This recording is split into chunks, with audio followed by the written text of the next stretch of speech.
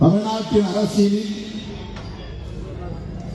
கருணாநிதி எதிர்ப்பு என்பதுதான் மிக முக்கியமான ஒரு அரசியல்.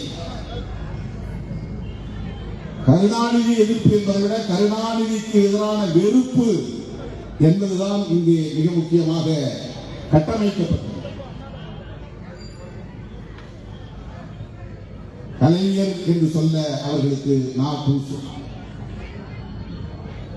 மேடைக்கு மேடை, பல்லாயிரக்கணக்கான மேடைகளில் அவரை கடுமையாக விமர்சித்தார்கள், வெறுப்பை கக்கினார்கள். திருக்குறையில் ஏறி வந்தவர்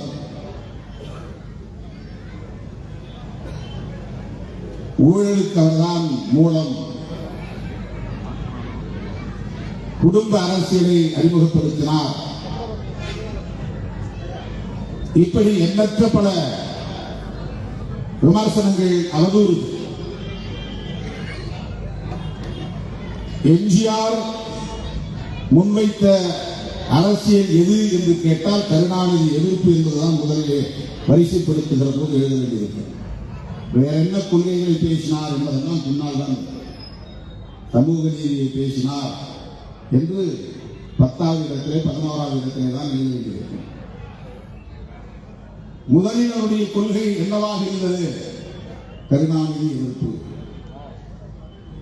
அந்த எதிர்ப்பிலேயே கட்டமைக்கப்பட்ட ஒரு இயக்கம் தான் அதிமுக என்கிற ஒரு இயக்கம்.